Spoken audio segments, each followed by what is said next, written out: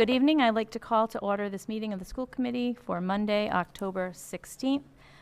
If able, please stand for the Pledge of Allegiance. I pledge Allegiance to the flag of the United States of America and to the republic for which it stands, one nation, under God, indivisible, with liberty and justice for all. Thank you. Something I haven't been saying is just silence your phones if you have them. John was always notorious for saying that, and I haven't been saying that. So please do that if you can. And I just want to let everyone know this meeting is being recorded, live streamed on Dartmouth High School TV Media YouTube channel, and it will be rebroadcast on DCTV channels 9 on Wednesdays and Thursdays at 5 p.m., Friday at 6 a.m., Saturday at 8 a.m., and Sunday at 2 p.m. Also on Channel 18, Monday and Saturday noon, and Thursday at 3. Roll call, Kate? Kathleen Amaral? Here. Chris Oliver?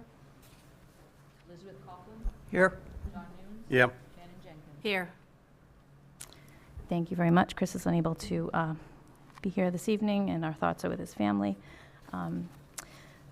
Next on our agenda, we have allotted on our agenda 10 minutes for public comment from the audience on any topic that's on this evening's agenda.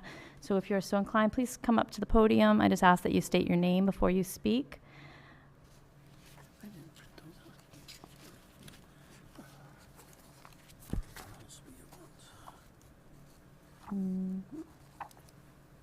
Okay, I always like the awkward pause.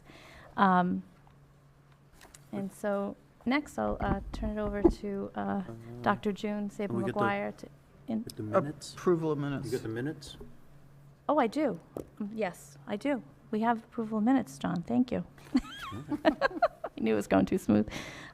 So we have the regular and executive session minutes from the, we'll take them separately. We'll do the regular minutes for our September 25th meeting. So moved. Second. Okay, any discussion?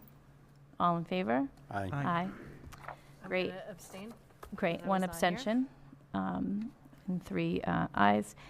Next, I will entertain a motion for the executive session minutes for that same evening on September 25th. So moved, Madam Chair, until the matter for which they were incurred is complete.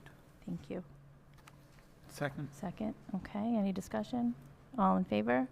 Aye. Aye. Aye. And I will abstain. 1 abstention. Thank you very much.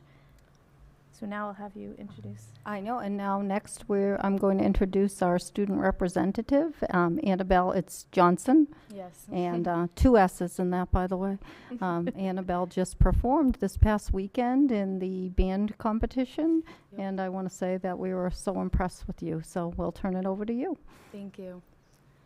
As a student advisory committee, we don't have any issues to report on, but we're currently looking on a way to get student input as a whole. And we're looking at like a Google form or a survey that we can, we have these advisory meetings every month. Every student is in a class of students in their grade, and usually we'll discuss like goal setting, grades, and we think it would be a good idea to put a survey out that they can answer at each advisory meeting, and we can take a look at the results and look at trends and things like that. And so far, that's all we're looking at. That's great. Thank you. Anybody have any? Dr. Jenkins? So I just want to say that one of the things that I do for a living is survey design and methodology. So if you would like to have someone come in to talk to you about designing surveys and sampling and different types of questions, I would be happy to come visit with you all to help you out on that, because the ways that you design surveys can impact your response rate, the responses you get, and all that. So I'd be happy to help you guys out with that if you're interested. Thank you. I'll contact Mr. Shea and we'll work that out. Excellent. He just gave you the thumbs up. I didn't know if you saw it. Great. Thank you very much for that. Thank you.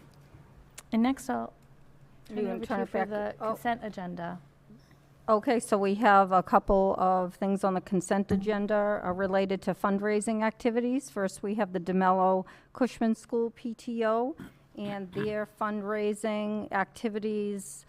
I have to say, looking at their ledgers have been quite successful, and I know that I see the principal here. And do you want to come up? Do you have any questions about the Cushman DeMello fundraising? That's great. And so if not, I guess not, Liz. I think we do. Yeah. I think- Oh, we I don't do? have a Oh, I'm sorry, I question, missed but I it. do like to always state for our viewing audience, because they don't necessarily see the same documentation as us, that the Cushman DeMello PTO is planning to raise nearly $45,000. I think it's an important reminder to our community members how much our community gives to our school, but also it's one of the consequences of low funding for our schools. That we do have to rely very heavily for things like field trips, right? There's a lot of field trip budget coming out of the PTO, and we very much appreciate that, but I think it's important for the community to know those figures. Motion to approve. Great. Second. Any further discussion? No? All in favor? Aye. Aye. Passes unanimously. Next, we have the Dartmouth High School Music Department. Well, I just want to mention fundraising, because I didn't mention the Dartmouth Middle School also has a fundraiser. So I know you want to move forward. And again, echoing what Shannon had to say, these fundraisers are truly important for a lot of the important school activities that are going on every day across the school district. So that is, again, Dartmouth Middle School, and Mr. Rossi's here if you have any questions for him. Anyone have any questions? Sorry, I'm going to be I would just appreciate, this is fine for this year, but, we are the fiduciary responsibility for the school district. And so I think it's important, all of the other PTOs, and we've asked this of the band does this as well, their fundraising arm, to just submit like totals and budgets and all of that, because that's part of our duties as a school committee. I don't have a problem with what they're doing this year. But as a general sort of principle, we'd like to see those. Okay. That having been said, I'll move approval. I'll second. Okay. Any further discussion? All in favor? Aye. And we'll follow up on that as well, Dr. Jenkins. And so next we have the Dartmouth High School Music Department, and they're looking for permission for a cultural excursion and performance in Spain in February of 2025. And I know in your meeting packet, you have the trip itinerary. I think we do have representation. I think this is got to be this has to be Heather Church. Yes. Who's here to answer any questions that the committee might have. How exciting for our students to have this opportunity. I want to tag along, but You're welcome to. thank you, I appreciate that. We have a very big group that's already committed to traveling, pending your approval and, Very ambitious. Yep. And just curious, when was the last time such a trip was taken by this? Sure. The last time was in 2018, and we traveled to Scotland, and with the same travel company that we're hoping to go with this year, MCM Arts. And we had 112 people on that trip. Actually, it was 102, and we had about 60 students, and the rest chaperones, tag-alongs, and staff. Okay. And we're looking at about the same numbers for this one, actually. And we've traveled quite a bit over the past 20 years since I've been here. I try to arrange for one international trip every 4 years so that every student can have the opportunity to do that, and then one domestic trip also.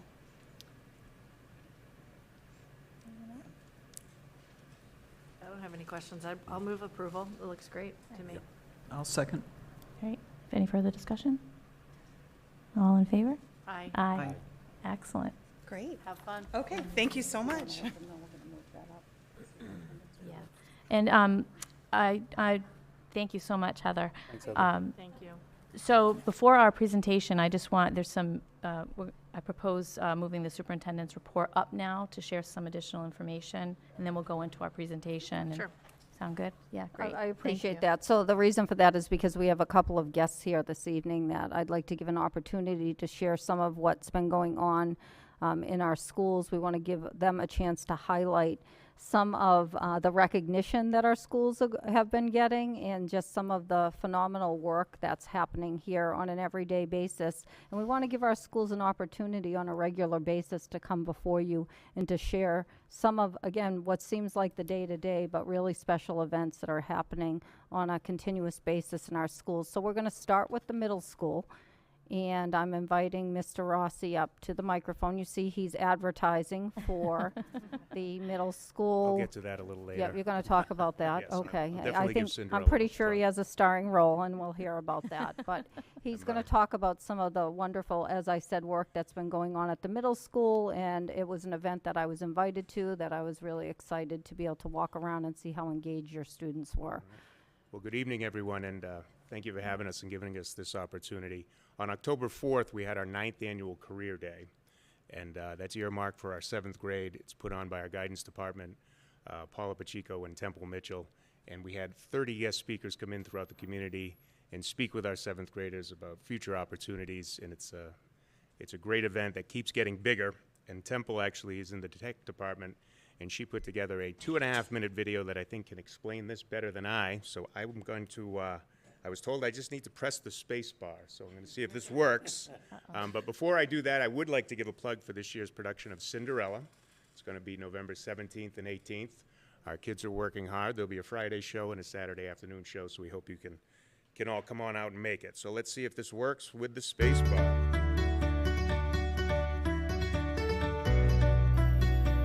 The Dartmouth Middle School has been hosting Career Day for several years now. It is a day for 7th grade students only to hear about careers and professions right from our community members. In preparation for this day, 7th grade students participate in an exploration period during social studies. Students learn more about themselves by first taking a learning style survey and then a career cluster survey. With the learning style survey, 20 questions, they learn if they are best learning auditorily, visually, or kinesthetically. The Career Cluster Survey, 35 questions, guides them as to a profession that might offer a career matched to their personality and likes. The Career Day Committee then invites volunteers from the community to come present. Students are then asked to choose a first and second choice of presenters they would like to hear from. The committee then coordinates the schedule for students to attend 2 sessions. Since each session hosts 2 presenters, students hear from 4 different professionals. We are thankful for our community professionals that volunteer their time to present to the 7th grade.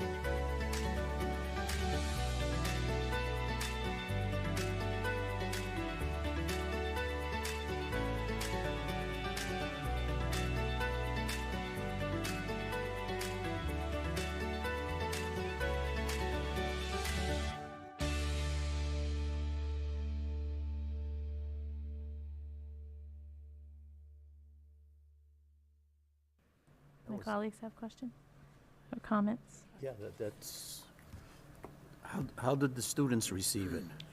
We get a lot of positive feedback from the kids. We actually, one mom had emailed one of the 7th grade teachers and said it was the best school day ever for him that he had ever had. So and the presenters get a lot out of it.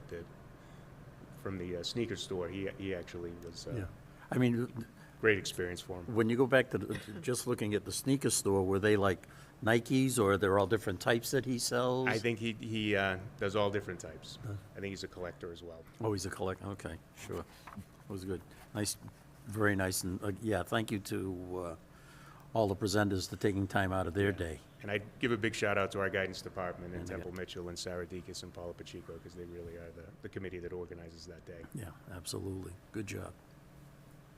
It's a great event. I've done it before, but it's kind of hard to explain to seventh grade students sometimes what a PhD is and Yeah. college professor.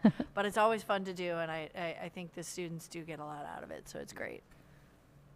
Yeah, it's fantastic. I remember last year when in May, I just happened to really enjoy Dr. Kate Burke's presentation, and I don't know if it was the practice of if this happened for everyone, but friendly with Kate, so she shared with me that my daughter had, I'm assuming that they were prompted to say thank you to the presenter and what their takeaway was, and my daughter wanted to go on to some sort of like occupational therapy, which I'm thrilled about, and hopefully she keeps on that trajectory, who knows. But it was nice to hear that the presenters were also grateful to hear back some comments from the students. So I don't know if that was just a one-off or if it's just No, part I of, think it's a pretty consistent Yeah. experience that the whole group has. yeah. And it's I did wonderful. have the opportunity to visit the school that day, and Mr. Rossi walked around with me, and we got into a couple of classrooms, and the students were truly engaged. And I think even though, as Dr. Jenkins said, they're seventh graders, it's never too early to start them at least thinking and just exposing them to opportunities and things that might just start sparking their interests at very early ages. And you couldn't hear a pin drop, which is highly unusual for middle school. And I can attest to that. Fantastic. Thank you for But sharing. Mr. Rossi, before you leave, you do have to tell us what part you're playing in the So musical. I am going to be a fruit vendor in the opening scene, and I will be singing with an ensemble cast that I think it's the Prince is Having a Ball. I have to. Have work you on learned my your line. lines yet? I need some work in that department, but I'll get on it. So I hope everyone can come on out either on the 17th or 18th. Wonderful. Thank you very much. It is a bit of a step down from Teddy, but I'll take what I can get. He did have a speaking role last year. Now he's part of an ensemble, so. Thank you. Thank you so much.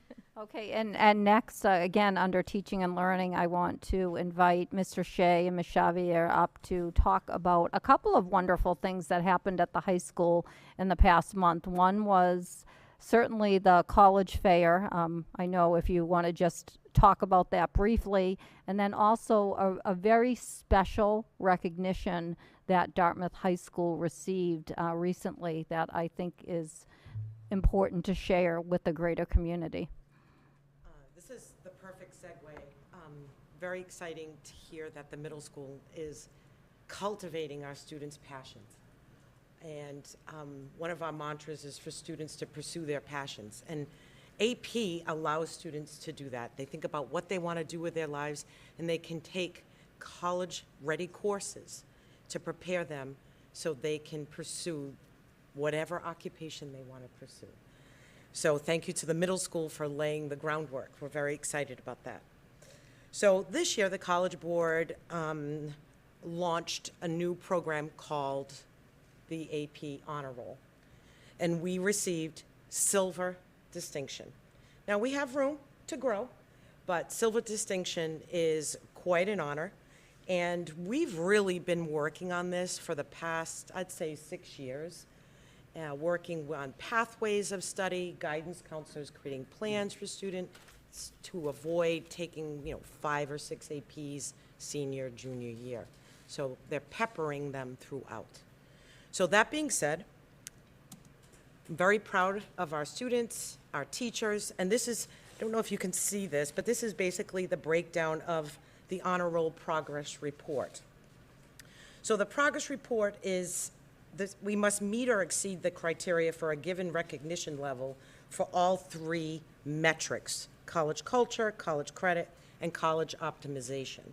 So for college credit, we received silver, which is 42% or more of our graduating cohort scored a 3 or higher on at least one AP exam during high school.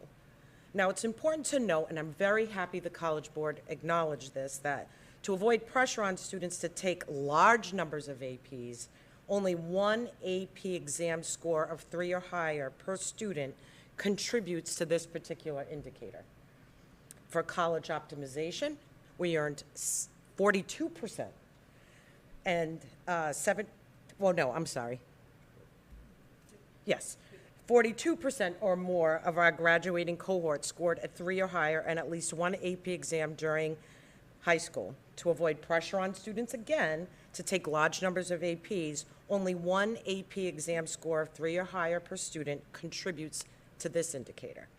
For college optimization, which we received 17%, which was excellent, 17% or more of our graduating cohort took 5 or more AP exams, during high school. At least one of those exams was taken in 9th or 10th grade, so that students are spreading out their AP experience across grades, thinking about how it applies to what they want to do to their future, or at least pursue their passion. And at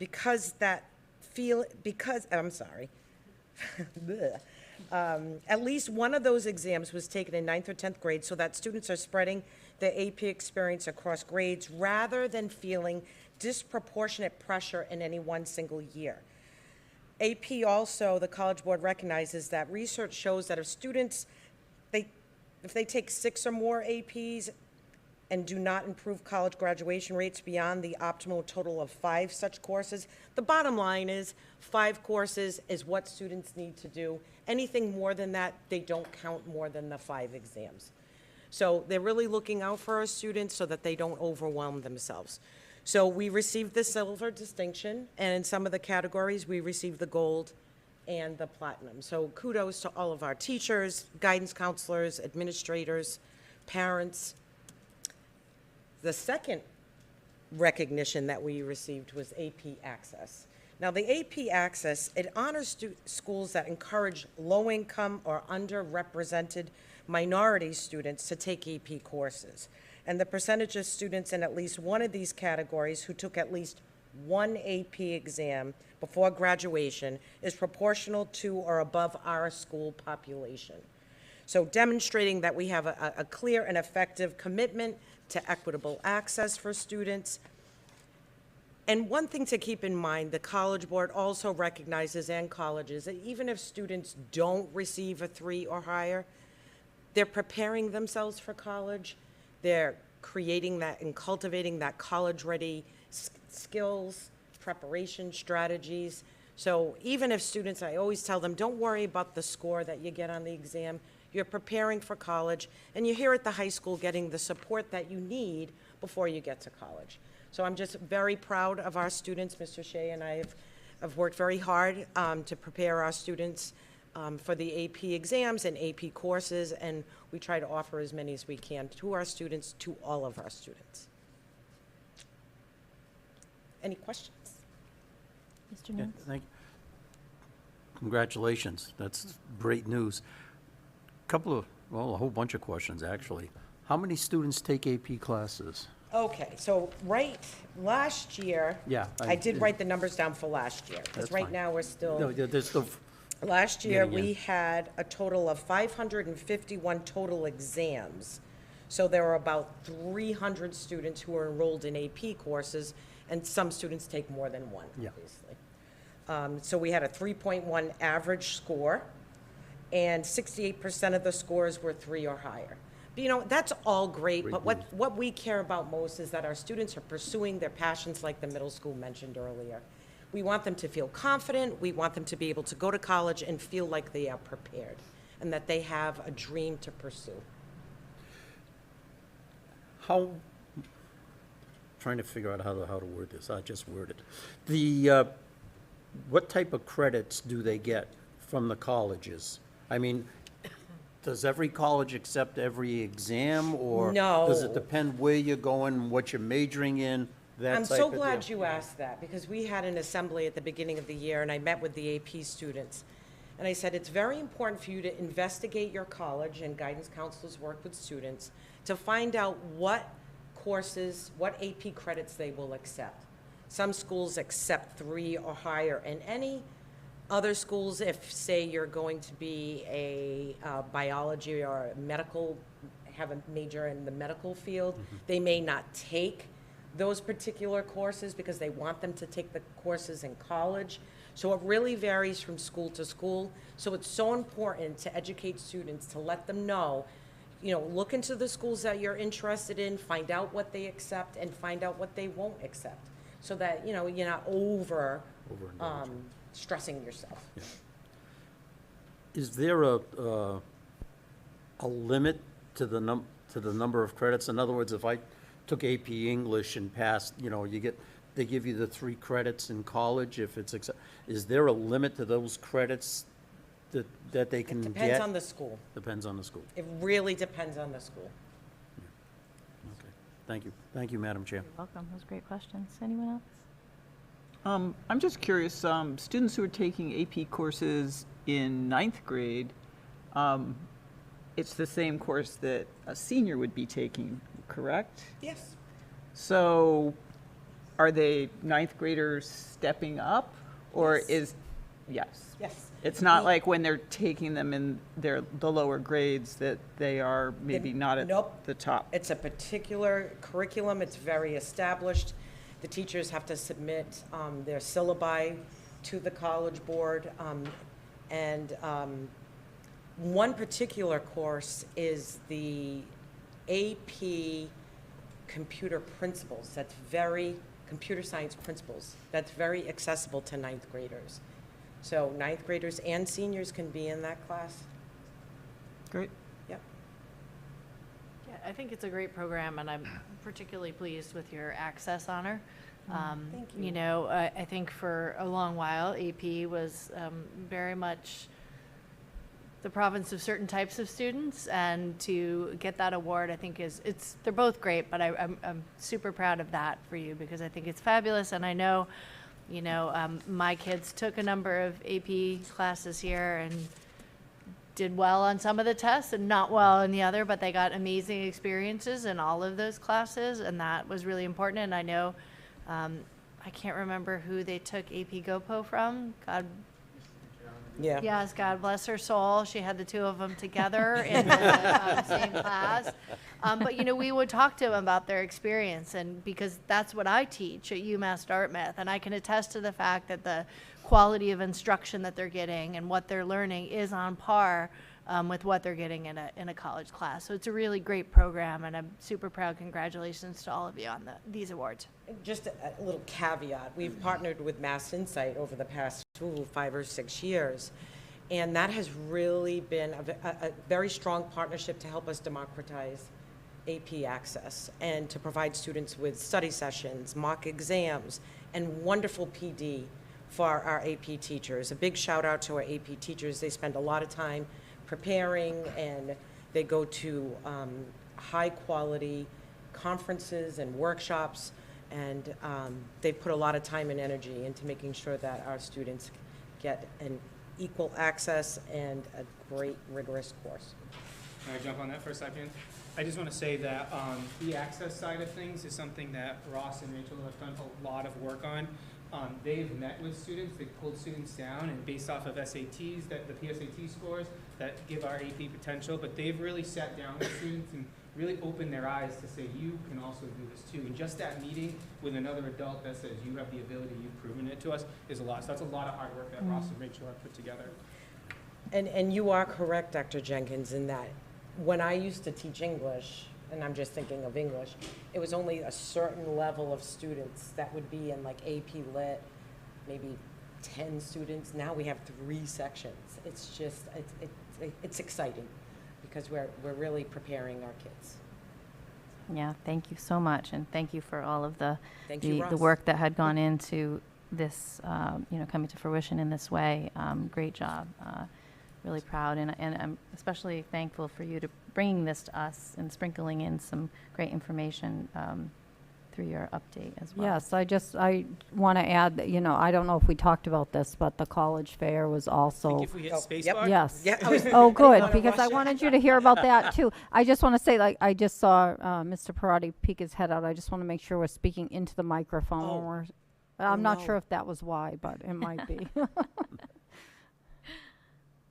Oh, you speak. College fair, because there's so many exciting So our things college going fair on. was held Yes. on September 26th. We did it for our juniors and seniors. We had over 75 universities, colleges, and technical schools attend, as well as all branches from our military represented. We tried to show our students as many post-secondary options as available. The big thing is this couldn't be done without Miss Kim Peach. I don't know if you all know her or not. She's one of our guidance secretaries. She spends umpteen hours doing that, driving to Marisol's being the first thing in the morning to make sure our presenters or our college representatives all have just a nice quality breakfast. So it's one less thing on my plate, which is really nice, and she does a spectacular job that I should not be doing it anyways. So it was an excellent day. It was really fun. It was really intriguing to see especially our juniors. Our seniors have a little bit more of an idea, where they're kind of more in the process of like the applying side. But our juniors, this is really their first full exposure to being like, oh, we're going to be grown adults real soon. So you could see that kind of on their faces. They were taking it very seriously, asking really insightful questions when they were visiting tables, and really a lot of them had a vision. And at Dartmouth, 90% of our students are post-secondary, so whatever that means. So we have to have something that shows for all of our students. It was exciting because they had all the pamphlets and Miss Xavier, look. They were very excited about planning for school. So it was a great experience to see their little eyes light up. I can attest again that there was a lot of excitement in that space, and lots of great colleges, universities represented throughout the gymnasium. Filled. I think every spot was filled in there. So it was a great job by you and your team. I was very proud that UConn was there too, in case anyone wanted to know. Thank you so much So for thank you, everybody. Thank you for inviting Thank you very me. much. Thank you again. Yeah, and again, thank you for, bringing this information to us, not just in a way that we're, hearing throughout the year, Yes, but I think it's important to hear directly from the folks out in the schools that are leading this work. And so I thank them for being willing to show up here on a Monday evening to share this with you. I think it's important work that they need to be sharing, not only with the school committee, but with the public. And so I'm going to just finish the superintendent's report. And so I just wanted to mention that this past week, I want to thank the principals and their leadership teams for welcoming me into their schools. I got to spend a couple hours in each one of our buildings this past week. And the focus was really about talking with leadership about what's going on that's impacting them on a daily basis, and really hearing from them individually and as a group what their goals are. And I have to say, again, impressed with what I've been able to see in this entry planning phase of my school year, my entry. And I've been in plenty of classrooms now, and there is a lot to be proud of.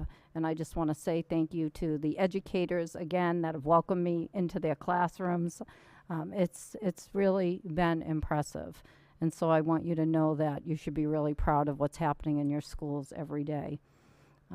Next, I just want to mention, because we've had a few inquiries about the State Board of Education and the revised health and sexual education standards. I know Mr. Crisafulli, I hope I'm saying that right, Ben.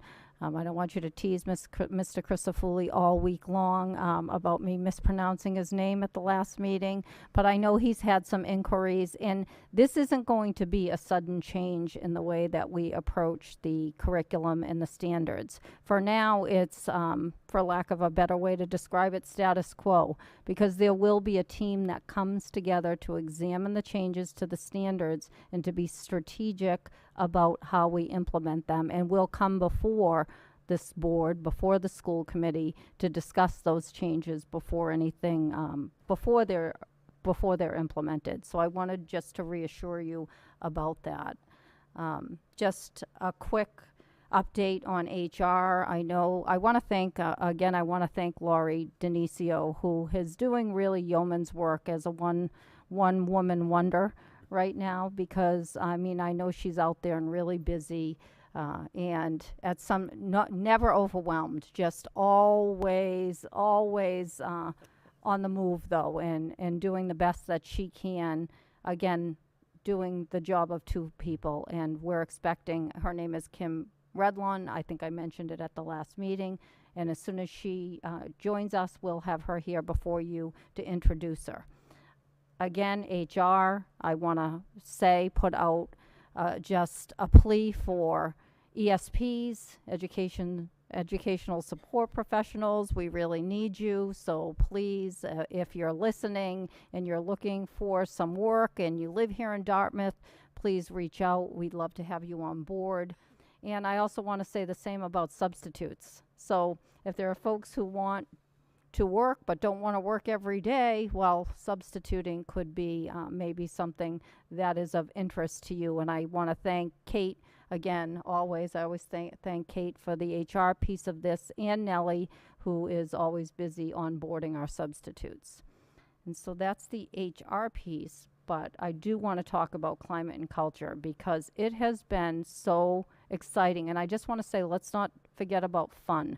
It has been really fun here in the Dartmouth Public Schools in the past couple of weeks for lots of great reasons. And not just because the football team is undefeated, but congratulations to the football team. We're really happy for them. There's so much excitement going on. If you are at the stadium, I've seen a few of you there. Of course, Mr. Nunes is there all the time. I think he must live there somewhere. He has to have some space set up there. But there are other great things going on with all your sports teams, your band, your clubs. I mean, there is just so much excitement going on. I do want to mention to you that there was a recent football game where the Dartmouth football team was winning by a large margin. And Mr. Christofouli shared this with us. And I think it's important to hear not just about how great the athletes are and the fact that they have a winning record, but who they are as people. And so this was shared with Mr. Christofouli. This is from a coach from another team who just wrote to him and said, I just finished watching the football game between our two schools.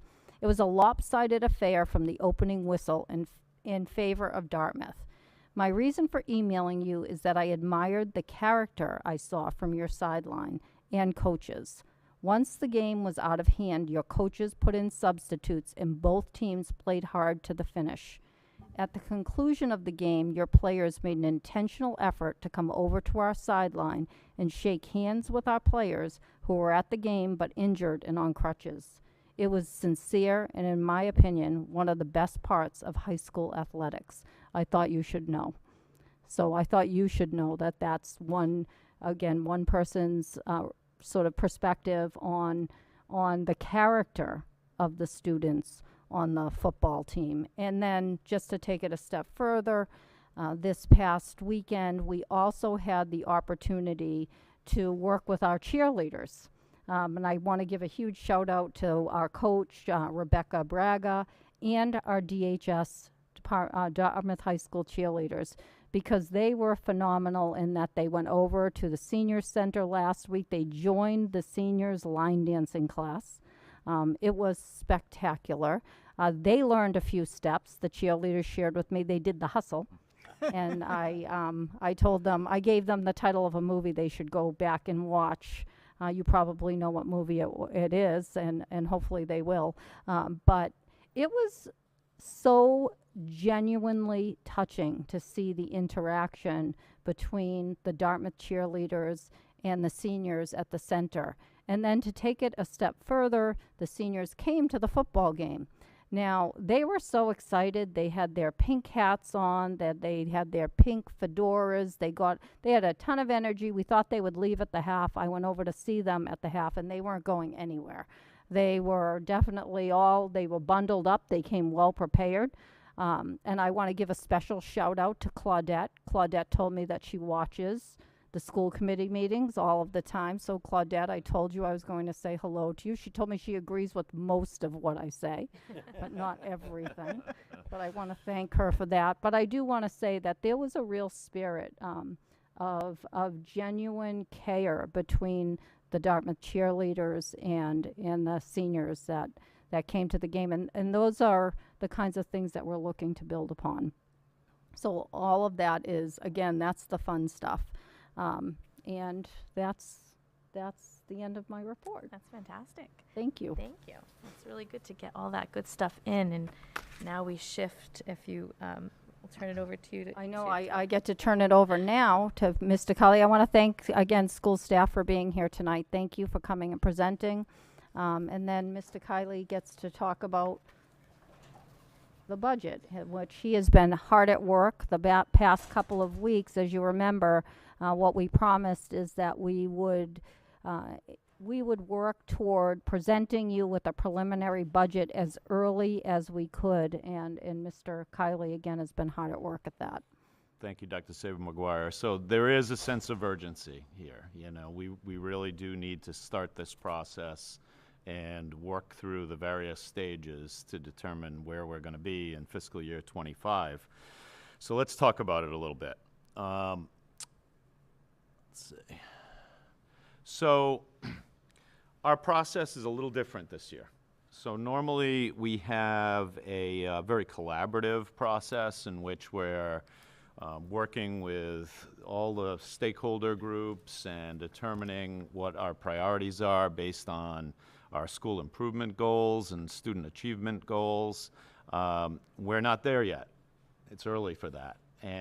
But what we are doing here is preparing a preliminary budget that, while it doesn't reflect those types of processes yet, it is based on trying to provide a level service ish, and I'll talk a little bit more about that, level service-ish budget. So that said, there have been some areas that we've adjusted in that process, and I'll talk a little bit more about those. We've done projections of various areas of the budget. This is much earlier than I would normally do these types of activities, so I have less data to rely on, but staffing, tuitions, utilities, transportation, they make up almost all of our budget. So when you're projecting things early, makes it a little more challenging. This is what I would say what I would call a starting point, you know, a beginning of expressing our needs so that we can find a path forward that works. So, some of the key factors that make up the work that we've done so far. On the staffing side, we had some good news in that we have collective bargaining agreements in place. Haven't done one of those types of budgets in a while where we have that set. That's the good news, but it is also a challenge. We have to actually fund those agreements. We usually, retirements will be a factor in resulting in opportunities for us to save some money. Sometimes they can partially offset the increases that are contractual in the budget. We have 3 retirements scheduled for this year, so very low number of retirements. Now, that's great in some ways, too. It means, you know, we're maintaining, keeping great experienced staff. So there are positives, but from a financial perspective, there's not savings to be had in that direction. Transportation also has been positive in some ways in that we have had level funded contracts for 3 years that are now due.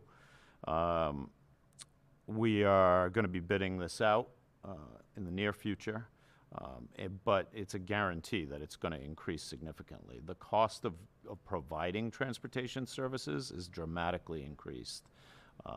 The minimum wage increases have driven up lower paid jobs in that field, so the higher paid folks with school bus driver licenses are making more money than, you know, significantly more than they were making 3 years ago when they bid out this contract. So we shouldn't be surprised to see a substantial increase, and right now I'm projecting a 15% increase in that area.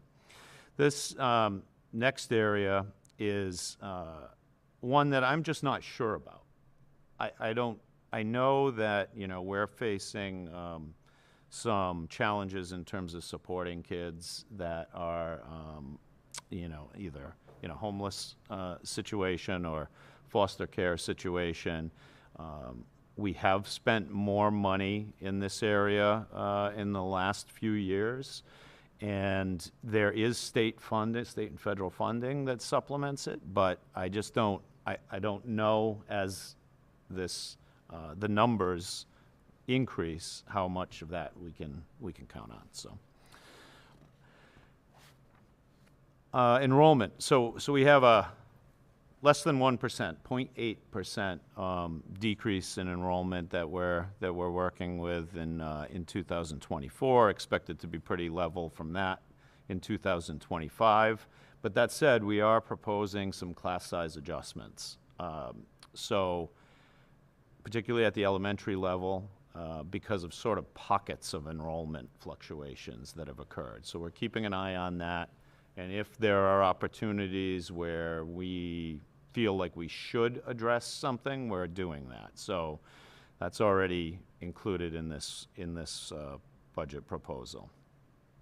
Does have a slight impact. That's part of why I said level service-ish. So there are some classrooms that will have some more kids in them than had been in the past. Special education tuition, we, last year, if you remember, we had a big issue with this where the rate of inflation was 14%, and the state ended up coming through with some funding for that. 4.69%, so a little more manageable, but still, obviously, not, it's a pretty sizable increase in terms of the rate of inflation, so that's going to impact, our outplacement tuitions. It's also, I would say, difficult to project that area of the budget, which is a pretty sizable one, at this point in the school year. So we're doing the best we can with that, but that's a work in progress. It's always a work in progress right up until the start of the actual school year, but particularly difficult this far ahead. The other thing that I didn't put on here, but I just want to mention is I've mostly level funded the utilities area. And, we've been working really hard to try and be more efficient. We've done a great deal of HVAC work in terms of controls in the buildings and improving our HVAC systems as best we can. They are older systems, but we've done a lot of that work, and I do hope that those efficiency improvements pay off in terms of sort of balancing, offsetting rate increases, and some mild winters. If those things continue, that would be nice too. But I do hope that we'll reap the rewards of some of those efficiency measures. So town, state, and federal factors. So really, now that, like tonight, we're going to be talking a little bit, and you can, pepper me with questions about this. As we work through this, we're going to begin our meetings with the town side of government, meet with the town administrator who had expressed interest in meeting on this, and I kind of told him we need a couple of weeks because I've got to prepare it. So we're at that point now, so we'll start that part of the process. It's, I don't think, a surprise to anyone that the ESSER funds have a big impact in this. We have a couple of ESSER positions that are currently vacant, so those positions have not been filled, won't be filled in fiscal year 24, won't be a part of things in fiscal year 25. We have 2 additional positions. We have 14 total positions in ESSER still, though. That there are some that are partially funded, but it's still a substantial amount of funding. We have we're looked at those positions, and I've got to say that, we talked a lot about what those positions were. They're providing essential services to kids. They're providing things like therapies and counseling that I don't know how we can live without. So Do you mind if I just? I would love it. Yeah. So I just, in thinking about the ESSER funding, I think it's important for people to think about context. And so I have heard sort of some questions about using ESSER funds to fund positions instead of one-offs. And one thing that I think is important for everybody to recognize is that context counts for a lot. So at the time, and even though I wasn't here at the time, I can at least working with the folks that I'm working with know that they were very thoughtful about the way those funds were expended, and they were expended in the best interest of students. And I think it's important to recognize that, and I'm repeating myself, but context counts for a lot, and the need was there. The need for the personnel there was an immediate need. And so that's why those funds were expended the way they were. And so if anybody has questions about that, I mean, that's the answer. The funds were expended because there were needed services for students. And after all, that was what the money was supposed to be for. Thank you. The state aid part of this equation, I know Mr. Noon's, that must have been his first thought if we're going to talk budget in October. We have no idea. We have no idea what that's going to be. It's going to be months before we know, and so we'll just have to see. I wouldn't expect any significant change. I think it would be par for the course, and we'll just get a very small increase per pupil, again, unfortunately. Federal and state grants, this is also early. We've basically just gotten approved for our existing this year's federal and state grants. So what I've done is looked at level funding and hope that that is something that occurs with the different legislatures, and hopefully it comes through.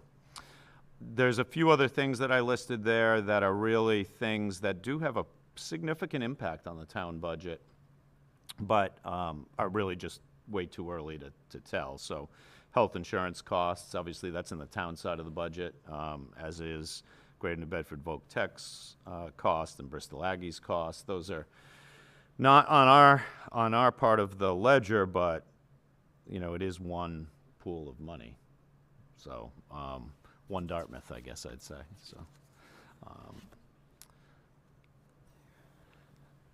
So all of that being said, where we are currently with our preliminary budget increase is a 5.3% increase. So that would be a preliminary budget of $54,274,176, not including the Medicaid budget line, which is like a separate budget line in the town's budget. But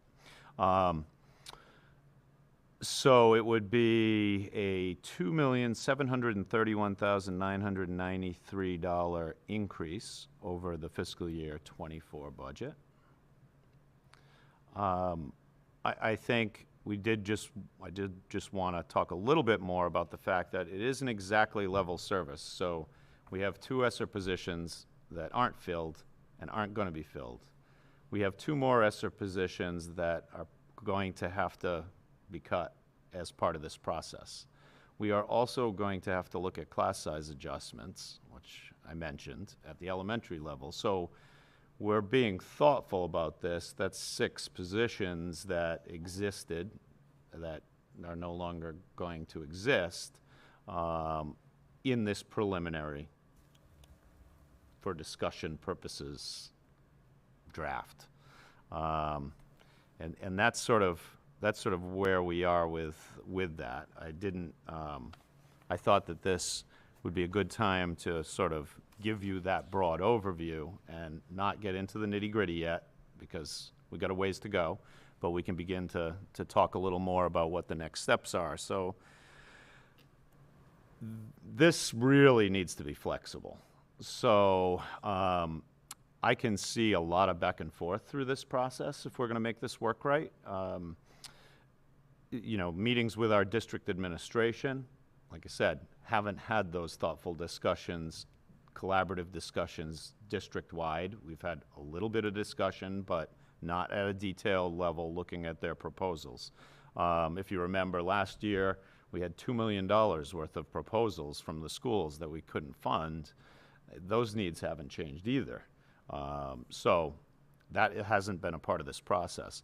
Continuing the budget development process, obviously, you know, updating estimates and making sure that we have the best numbers we possibly can, that'll continue. budget subcommittee meetings, and that's something we have yet to have one. So this is not a normal thing that we would bring it to the school committee without having a budget subcommittee, but it was a matter of necessity and urgency to do that. That I would like to have a meeting before the end of the month with the budget subcommittee, so I'll be reaching out and so we can talk about that. Meetings with the town administration, as I mentioned, that's going to happen now. You know, now that we're beginning this process and I'm talking to you about where we need to go, we've got to start working alongside with the folks at the, you know, in the town and trying to make something work. School committee discussions, you've got lots of time to discuss. Every meeting between now and when you are supposed to approve the budget in April, there's an opportunity to discuss it, and I'm always available, so if it's an individual discussion that needs to be had about this, I'm happy to do that at any time. Public hearing, down the road, that's a long way off. Selectmen and Finance Committee, I put March because it's usually in March. I'm pretty sure that given where we are going to be with this issue, this challenge, that we're going to need some help and hope that we can work with folks on those committees to try and solve this issue. And then town meeting in June. So those are just some of the things. There might be some other steps that get added depending on how we proceed, but this is sort of where we are with the process right now. I'd be happy to answer any questions you might have. Turn it over to Dr. Jenkins. So I've got several questions and thoughts. Let me start with transportation. I know 15% seems like a big number, but to me that seems like a small number, knowing sort of the bidding environment and what other communities have seen in recent years. Do you think, I know it's early, you don't know, but to me, that seemed low. I'm a little worried about it.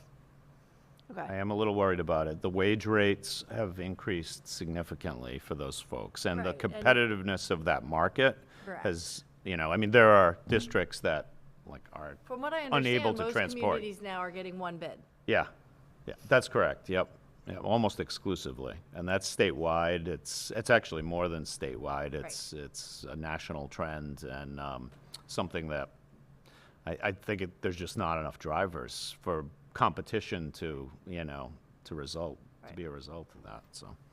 All right, so my next question, right, political scientists, we have an assumption of level funding from the feds. I'm a little worried about that, and I just think it's worth, articulating, because I think a lot of people think, well, you know, conversations about deep cuts to education at the federal level are going to happen in other districts. But so maybe it's worth sort of, could you maybe just talk a little bit about how reliant we are on sort of federal funding, just in a ballpark sort of sense, so people get a sense, because I think it sounds like it's going to impact somewhere else, but that sort of decision at the federal level would be massive to us, yes?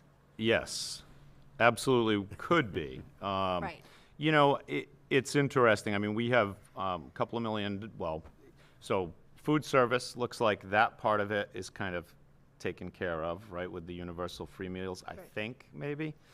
I mean, it was voted in Massachusetts, so they've got to come up with the money somehow, I guess. So that was a major source of federal funds for us. Outside of that, the rest of our budget, I mean, we have a number of staffing positions that are, you know, critical, like have-to-have positions, not things that we can do without, that are federally funded. We have a couple of million, little less than $2 million of federal grant funding. Right, and so I think I just want to make that clear to people, because I think people think it wouldn't affect Dartmouth. It's going to affect nearly every community in the United States, including ours. Maybe we can be a little optimistic and hope those things don't come through. I don't wager on predicting U.S. politics anymore, even though that's my field of study. So I just want to highlight that. And then the last thing I just sort of want to talk about is, so we know, right, the Esser Cliff is here. It's upon us. And, I don't disagree. I mean, hiring people was the only way to service kids. Those were the things that they need. They are the things that they continue to need. I know we have a policy on, sort of town-wide about not using one-time revenues to fund ongoing operations, but I don't worry whether we need to use some infusions of one-time revenue to ease us off of that cliff. I'm not optimistic that the town's going to be able to give us 5.3%, right? That's a lot from the town side. And so we do have some sources of one-time revenues that could help us ease the gap, right, as we fall off that cliff of the funding for that over 2 or 3 years, rather than it coming 1 year, 5.3%. And so I think that's got to be part of the discussion as we move forward with the Finance Committee, which I'm gesturing because some of them are here, and with the town, not as an ongoing sort of thing, but recognizing that this is going to help us get through this period, and all of us agreeing to a limited period of use of one-time funds to help us, so it's not like we have to lay off 10 to 12 people that we really need. So I hope that that's part of our discussion. I know I think it's a positive thing, an aversion to using one-time revenues for recurring expenses. I get that. I don't want to be back in the mess that we used to be in, but I think here is an appropriate situation where we need to strongly look at that. That's it for me. Mr. Nunes? Thank you, Madam Chair. Couple of things going back to your key factors, Mr. Kiley, about the homeless and foster care transportation. I know we get some McKinney-Vento, and I'm putting my government hat on, and that type of deal. But, there was always, way back, you bill them for $100 and they give you 50 on a good day, type of deal. Is that still in existence? Are they kind of maybe up to 75, 80, even though if my memory's any good, they were talking about fully funding that type of situation? They were talking about fully funding it. Now, when they talked about fully funding it, they were using the numbers that were in existence. There is a dramatic increase that exists right now. So I am skeptical because the state budget is voted at a specific number. It's not, first of all, the state budget says that they'll fully fund it. The law says that they'll fully fund it. They just don't fully fund it. So that's with many things in the state budget. That's, the way it's approached. I'm worried about that. I level funded the money that we have in place to support kids who are homeless or foster care. But the state has to come through with their end of the equation, and I would think that there will be additional strain placed upon the state that they didn't plan for. So, there is for us that we didn't plan for, and so I would think that that will also be the case, which would mean that they would have to spread out the money a little bit thinner, scrape it, across a Even little though bit years thinner. back the state auditor, mandated it should be full. Another question, and you, Dr. Saber McGuire, and I know you have only got 3 at the moment, but, the refugees and, from that they've put in, if, 3 students is not bad, don't get me wrong, but, if we start getting a huge influx, that could throw this out of order.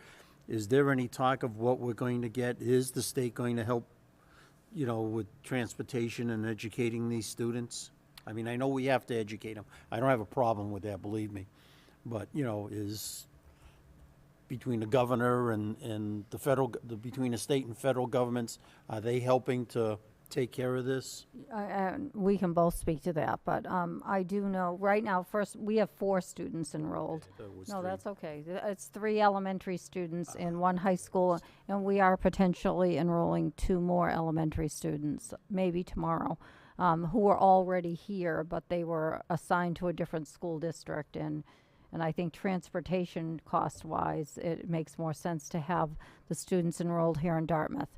But regardless, right now, what the state is providing us in terms of financial assistance is we do receive $1,000 per student. That's just right off the bat through a grant. And we will be submitting that grant this week. So that's not a lot, right? That's $6,000. But we're also receiving $104 per student per day. So that what that equals out to if the students were here for an entire school year is $18,000 per student. So the state is in fact compensating the school district for student enrollment.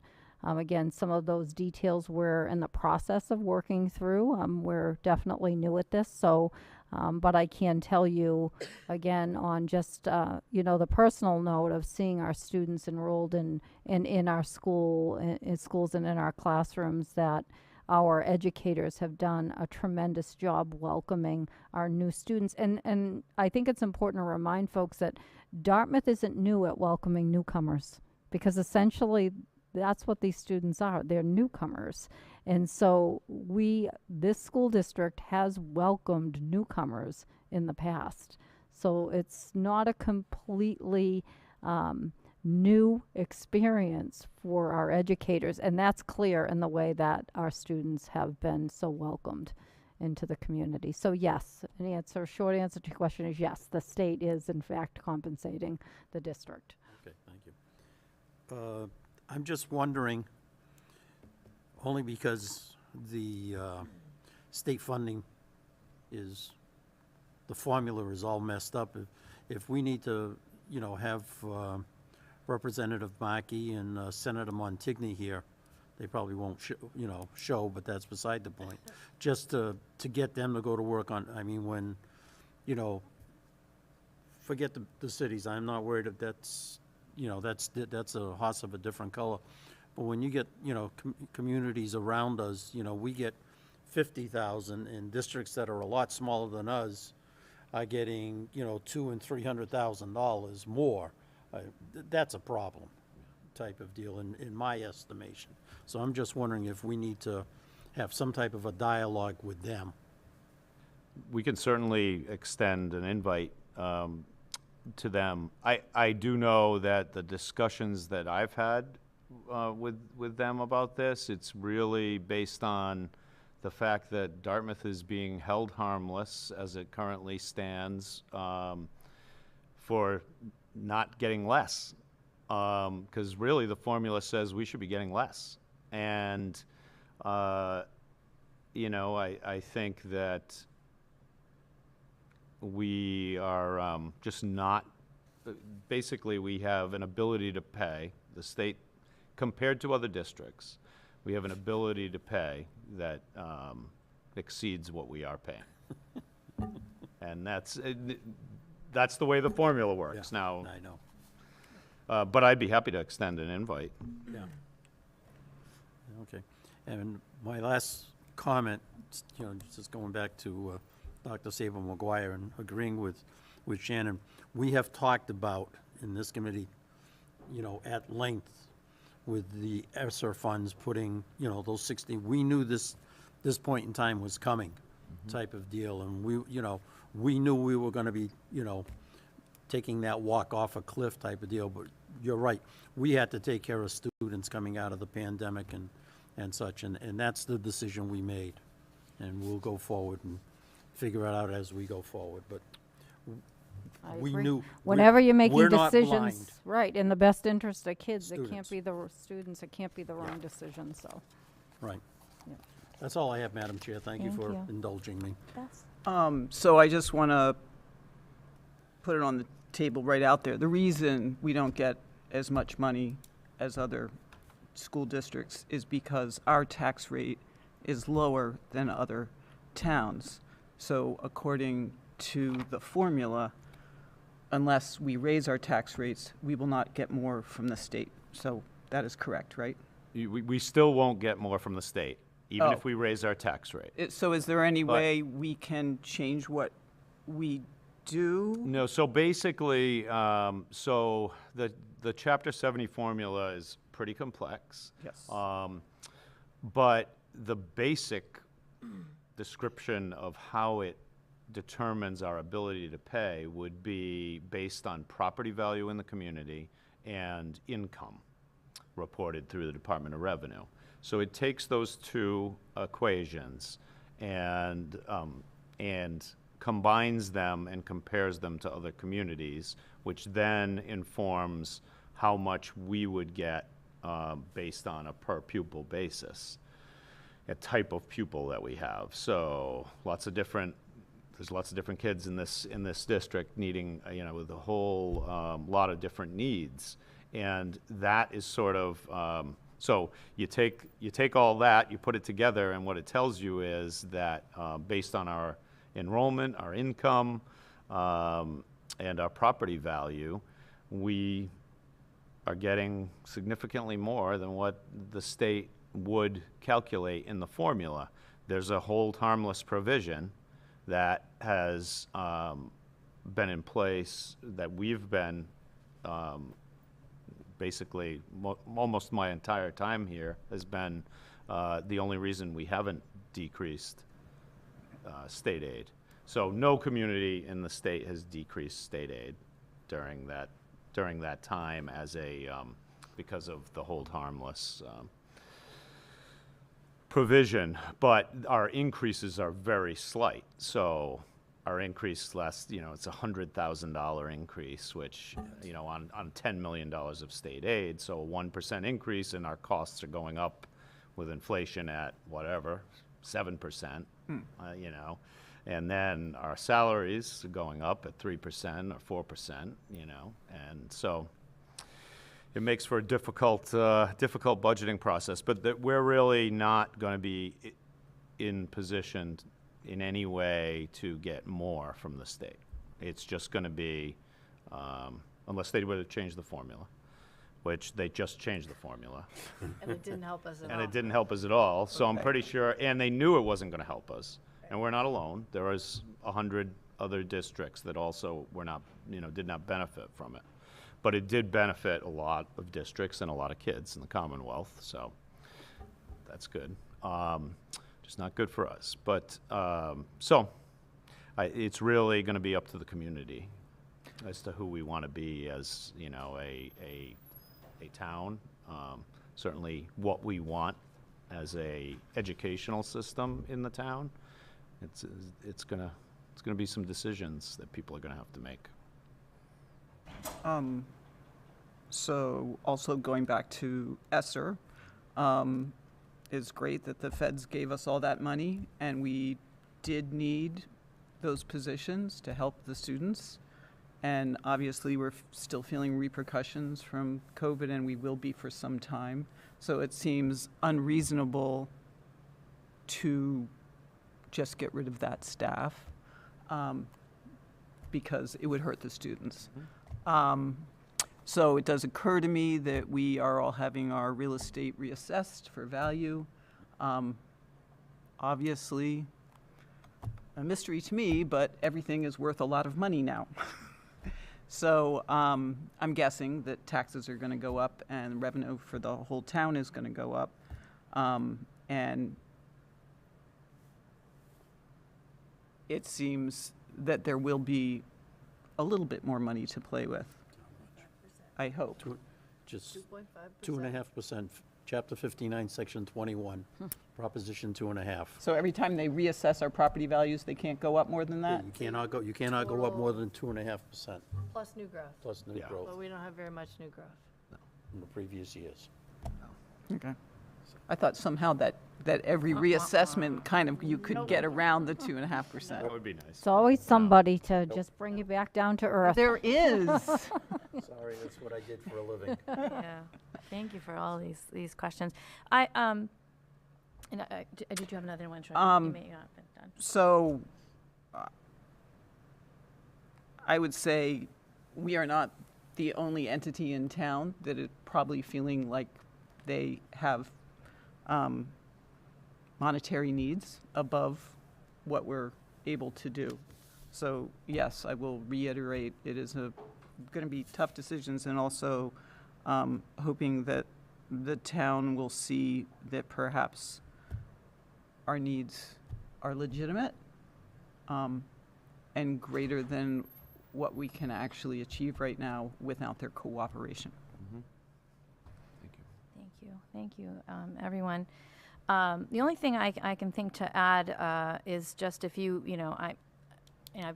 bring this up in past years, and it's always been sort of a not very much of a line item, or not worth sort of like digging into. But I'm just wondering about, you didn't include a number for like the Medicaid reimbursement in the budget line, which stems off of the work of related services in the district, and then the funding goes right to the municipality, not to the school.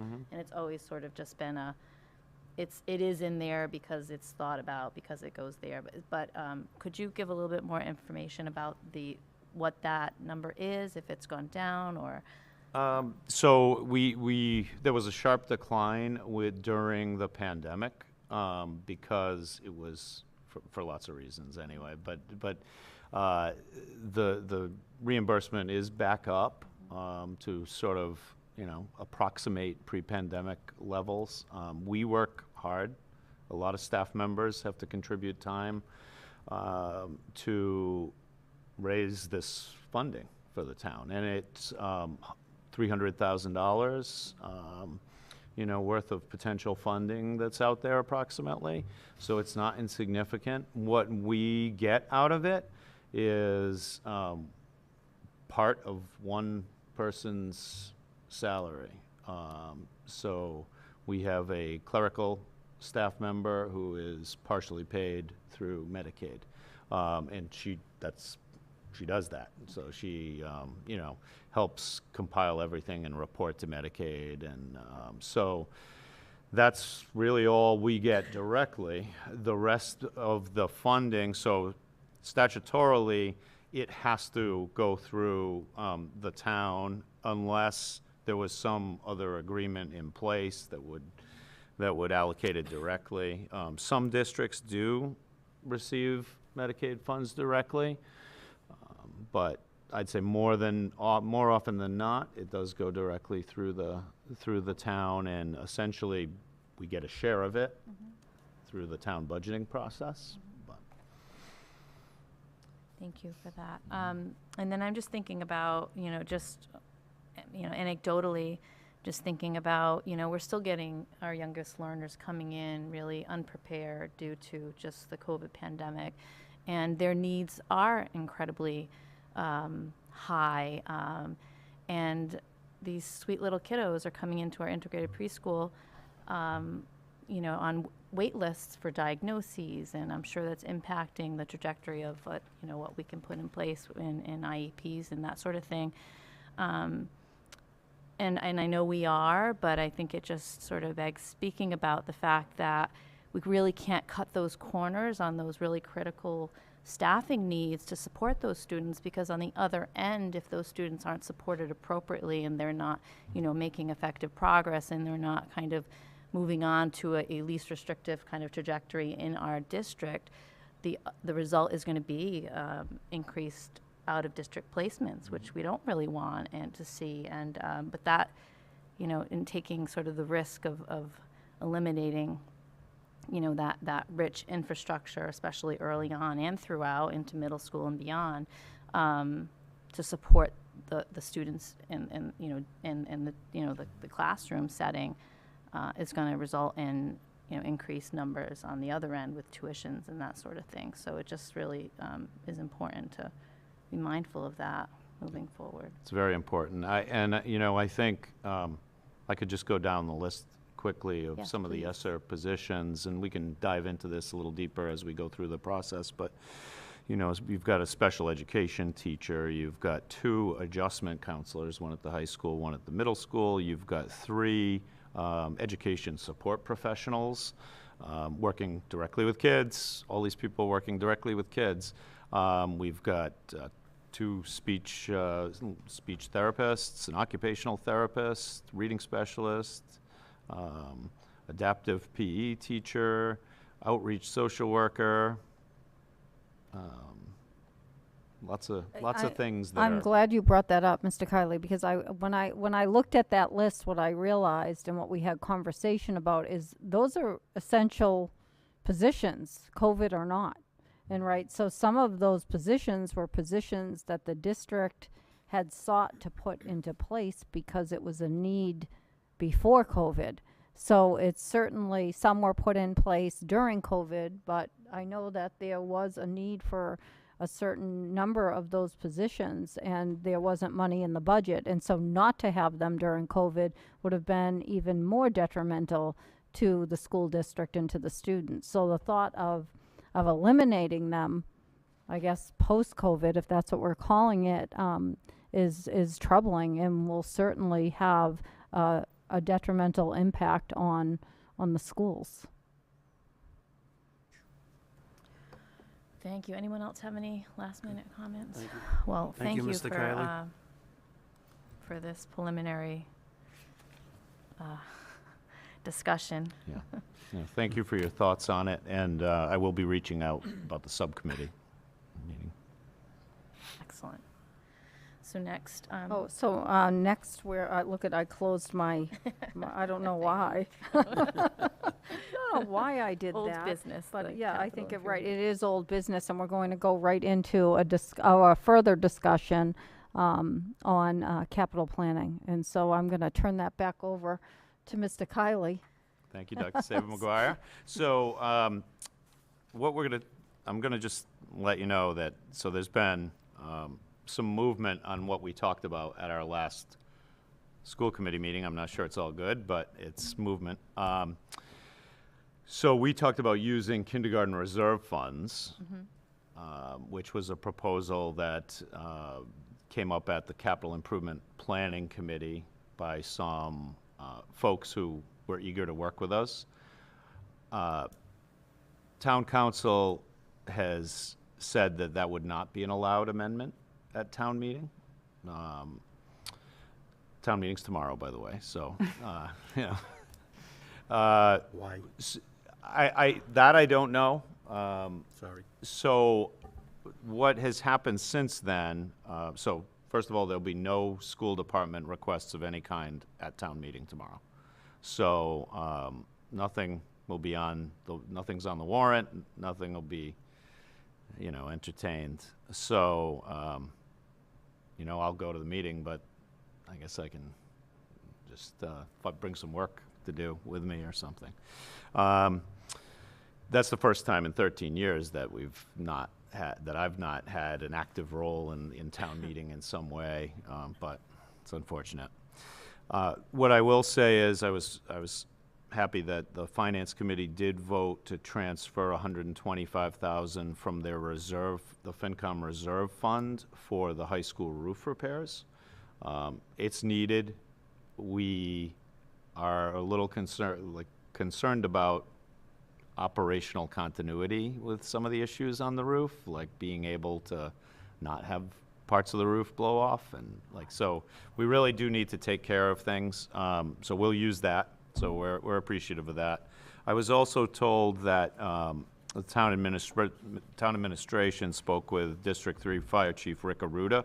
I had supplied you with a letter that came from Chief Arruda, and basically asking us to, seek updates on our fire systems. My understanding is that they were told that could wait until Springtown meeting for further consideration. So that's not on the agenda at the moment either. Will be also the technology money that we need, because we have E-rate matching funds, not on the agenda. So, amongst other things that we really do need. So I was disappointed, to say the least, with that, but that's where we stand. So we'll put the roof money to good work and have a quiet night at town meeting tomorrow. So I had the same reaction as my colleague, Mr. Nunes here, when you said that the town attorney has said That's not an allowable use. He said why out loud, I thought it in my head. So I'm hoping you can elaborate on that comment. Is it a never allowable use, right? Town meeting is the legislative branch of town government, or is it just not allowable at this particular meeting on this timing? Okay, so let me clarify. If I said it wasn't an allowable use, that's not what I meant. What I wanted to say was that it would not be an allowed amendment Okay. based on the way the warrant's written. I don't, and the rules regarding that. I have not spoken to Attorney Savastano. I also think that we have, the fire systems have been, an issue with these aging buildings for a long time. If we get the money in the spring, then we'll begin the work. So I'm But- going to follow up. I want to spitball with Mr. Nunes here. I think the way I would interpret that then is that probably the capital planning is coming out of the town funding, right? And you can't put you'd have to do it in multiple motions, right? You'd have to make a motion to remove it from the stabilization fund and then a motion to put it on the capital planning from general revenue. No, if I may, I would think, and Jim, correct me if I'm wrong, but when we were at that CIP meeting, and that I even said to the finance director and Mr. McGinnis to make sure that they worked with Attorney Savastano and the moderator, Melissa Haskell, to make sure all those motions that they go through at the beginning, because one of them, it's like if you're gonna transfer from an expense to, you gotta transfer from an expense to expense, and we were gonna be going from a stabilization fund to an expense Right. type of deal, to make sure that we were gonna be doing that. I mean, personally, to me, it's you're standing up on the floor, I wanna make an amendment, it's going to come out of this, it's gonna take more than a regular vote, it's gonna take Right. 2/3 or 80%, whatever it takes for stabilization to fund it, period. Case closed, next batter. And I don't want to put any more on your plate than you already have, but unfortunately, can you get a hold of Mr. McGinnis tomorrow and make sure Attorney Savastano is ready to answer that question? Because I'm going to pose that to him tomorrow night. Sure. And you did say exactly what you just repeated at that meeting. And I believe that the town administration did follow up after that meeting and ask Attorney Savastano. But I'll certainly relay that message in the morning. So Attorney Savastano can be prepared for that. On the other hand, that means you're not taking the money out of the kindergarten reserve fund. So we'll have it for the budget next year. And- I mean, it's going to be a one-time shot, but So what do we have to do to get it on the budget next year that we didn't do It's a this good year? question. it'll be a That's all, separate- that's probably also going a to need good to be a separate article Yeah. to the On the school warrant. department. So we have to bring that to the select board before, Yes. when With they the open warrant process. okay. And to get that 125,000 from the reserved fund, that's already on the agenda? It- FinCom can vote that. Yeah, Okay. the Finance Committee Reserve Fund is a operating budget line item that is designed for emergency situations, unexpected expenses. And so that is in the FY '24 operating budget, and they've already voted in favor of that, so I am thankful that they were considerate enough to do that. It's needed, so. Thank you.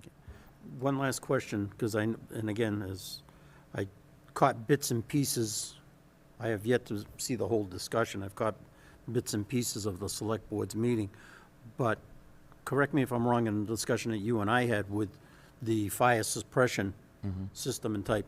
This initial funding is to start the design. Yep. This is not to go into XYZ, any of these schools and start replacing them. It's starting to get it designed. That's right. And this is almost like a 3 or 4 year process. Yes, To- and to- there are multiple requests on the Multiple capital improvement plan that you approved back in the winter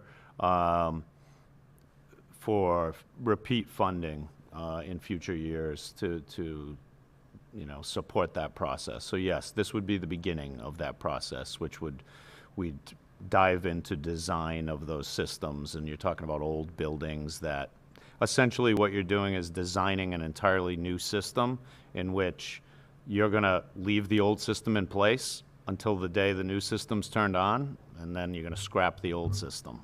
But it's going to be like a parallel structure, essentially, because the old systems are not worthwhile. They can't be updated. But it's more than just like fire alarm systems. It's actual things that, like magnets that hold doors open, and when there's a fire, the doors shut. We don't have that in those buildings. That's, of course, been the case since the 1950s. So it's just not current best practice fire safety. So we want to consider that. But Thank you. I do have one more bit of capital planning, if it's okay.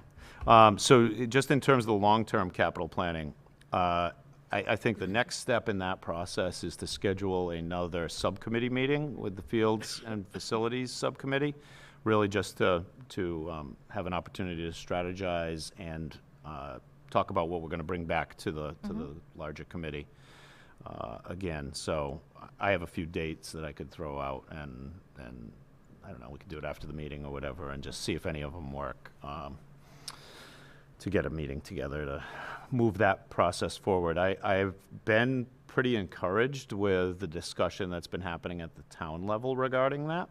There's a significant amount of debt capacity in the town. The average town has 7% of their operating budget as debt and debt service. We have 1%.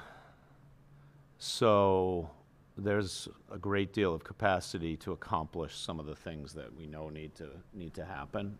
And I think folks in town, certainly in the town administration side and us on the schools, we recognize that and want to be a part of that process. So yeah. Thank you. Anyone else? Okay. Thank you. Thanks for that. Yeah. I know, I should have waited to talk about the cheerleaders and the football team. Right? I'm glad you got all the We good know stuff you out of the stuff. way. That was good. And the band, yep. All those great things. Is there anything else under new business? Is there anything else that you thought to share? I before mean, I know Mr. Noon's going to talk about Saturday evening, right, Mr. Noons, which was spectacular. It was my first time attending a band competition, and I was quite impressed with everything that I saw, mostly with the Dartmouth band, though. So that was really exciting, and we have our very own Annabelle here, who's in that band. So congratulations to you. Yeah, it was really wonderful. And you actually mentioned having some student voice, and that is one thing that we're going to be working on, and I'm working on with Mr. Shea and Ms. Xavier, is having a superintendent's advisory council up here at the high school for that very reason. So I'm glad you brought that up. But congratulations on Saturday night. Quite impressive. And Mr. Nunes, Yeah, if you thank don't you. mind, before I do my fine. report, I want you to share a little bit more about that. Yeah, I mean, Dr. Saber McGuire talked about the cheerleaders. Well, they had the game Friday night. Saturday, they went to Concord Carlisle for a competition and took first place. So congratulations to them. I got things on Facebook about that, and it's like, please mention it. And I said, yes, I will. So I will do that. Yeah, seriously, Saturday night, thank you to everyone who helped out and was there and, got through the rain, the heavy drizzle and such. I brought out the umbrella and the rain stopped it in the mission. So, it's just the way it goes. But, I mean, all the groups did excellent, all 10 groups. We got a platinum medal, 94, 975, 90. It's, was great. The students, I liked, it was the first time out with their new uniforms. So, how'd it feel? It was nerve-wracking. I thought I was going to be so cold because they have one open sleeve on the side, but it felt nice because these last like 3 years are the only years that we've had new uniforms. And so getting that into our budget, fundraising wise, and just like being able to have a new look, it's just like something that we haven't been able to do in the past. So felt good.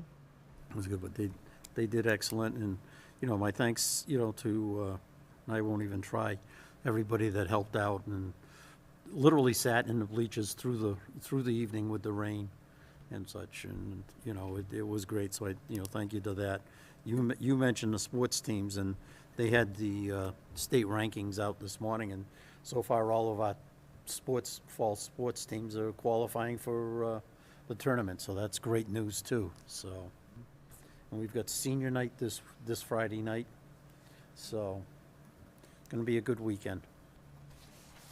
Excellent. I just have a few things. I just want to thank the parents that came to Quinn for our meet and greet for the Special Ed Parent Advisory Council.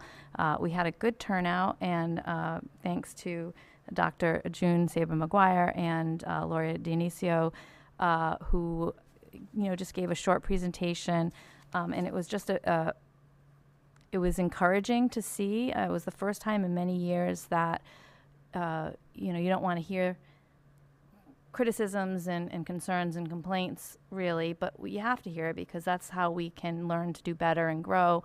And they created, I attribute their welcome, you know, short little spiels to encouraging some family members to really genuinely, politely, and just nicely sort of talk about some of their experiences that could be better moving forward. And I don't know that would have happened if you didn't create that welcome environment. So that was something I'm looking forward to seeing more of.